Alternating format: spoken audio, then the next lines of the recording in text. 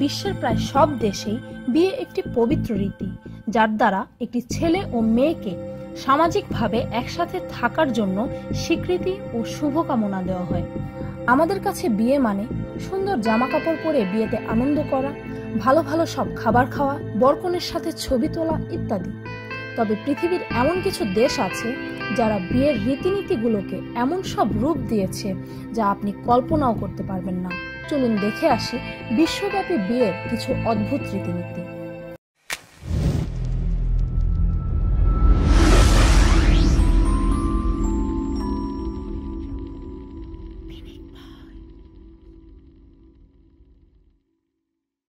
অপহরণ করে বিয়ে একটি অত্যন্ত দুঃখজনক ঐতিহ্য যা আজও বিশ্বের বিভিন্ন প্রান্তে করা হয়ে থাকে।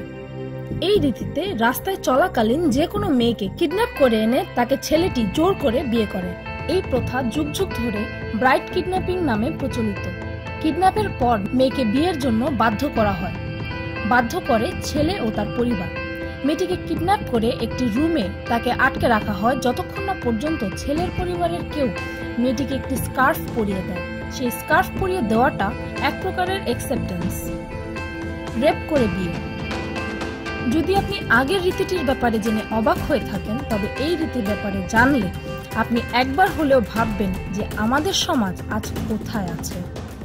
21 শতকের এই দিনে যখন আমরা নিজেদেরকে সভ্য ও উন্নত বলে গণ্য করি, সেখানে আজও এই ভয়ঙ্কর দুঃখজনক রীতি পৃথিবীর অনেক প্রান্তেই আজও চলছে।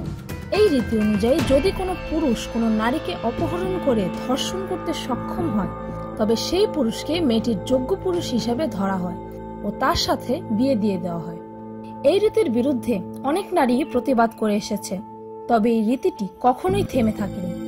কনের জিভ কাটা।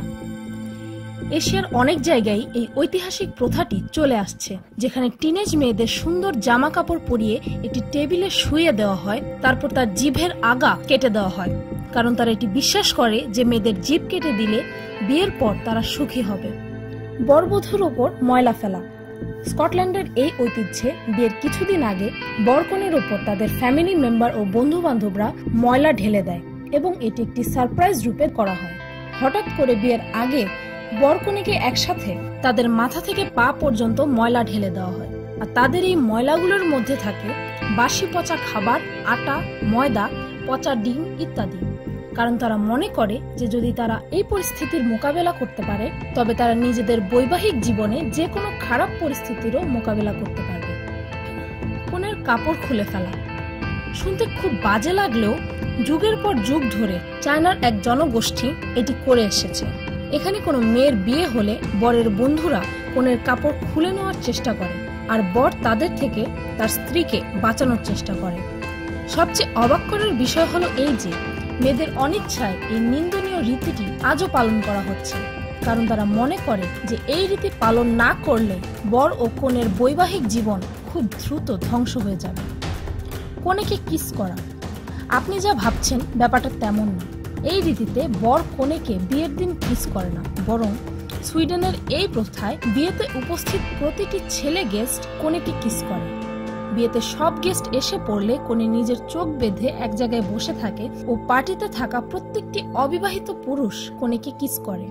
এদিকে উপস্থিত সব অবিবাহিত মেয়েরাও বরকে কিস করে।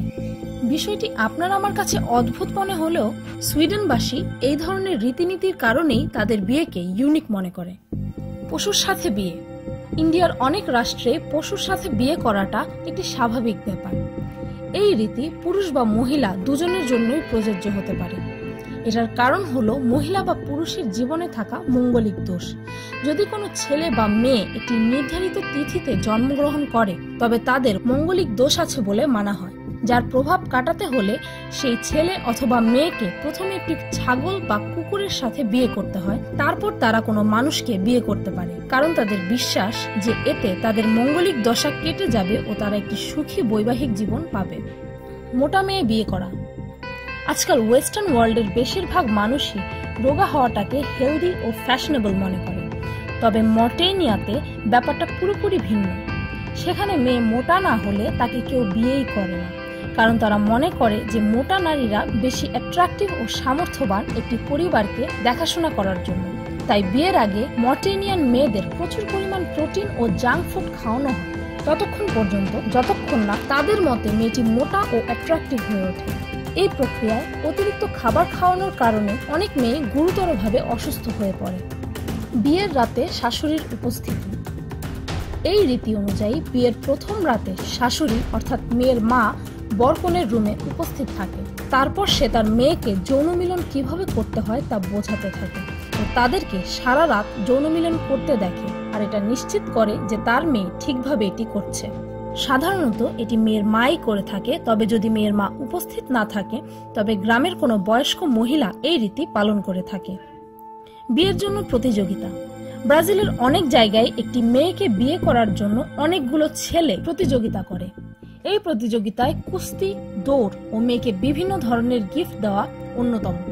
যার গিফট সবচেয়ে আকর্ষণীয় ও দামি হবে আর মেয়ে তা পছন্দ করবে সেই হবে সেই মেয়ের স্বামী।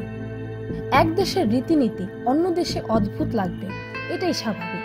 তবে ভাবার বিষয় হলো এই যে কোন রীতিগুলো বিশ্বের প্রায় সব দেশের কাছেই অদ্ভুত। কমেন্ট করে জানাতে ভুলবেন না যে বিয়ের এই রীতিনীতির মধ্যে কোনটি আপনার কাছে সবচেয়ে অদ্ভুত লেগেছে। ভিডিওটি ভালো লাগলে একটি লাইক দিতে ভুলবেন না আর আমার চ্যানেলটিকে সাবস্ক্রাইব করুন প্রতিদিন আরো অদ্ভুত ও মজার সব ভিডিও দেখতে। আজকের মতো এই পর্যন্তই, দেখা হচ্ছে পরের ভিডিওতে।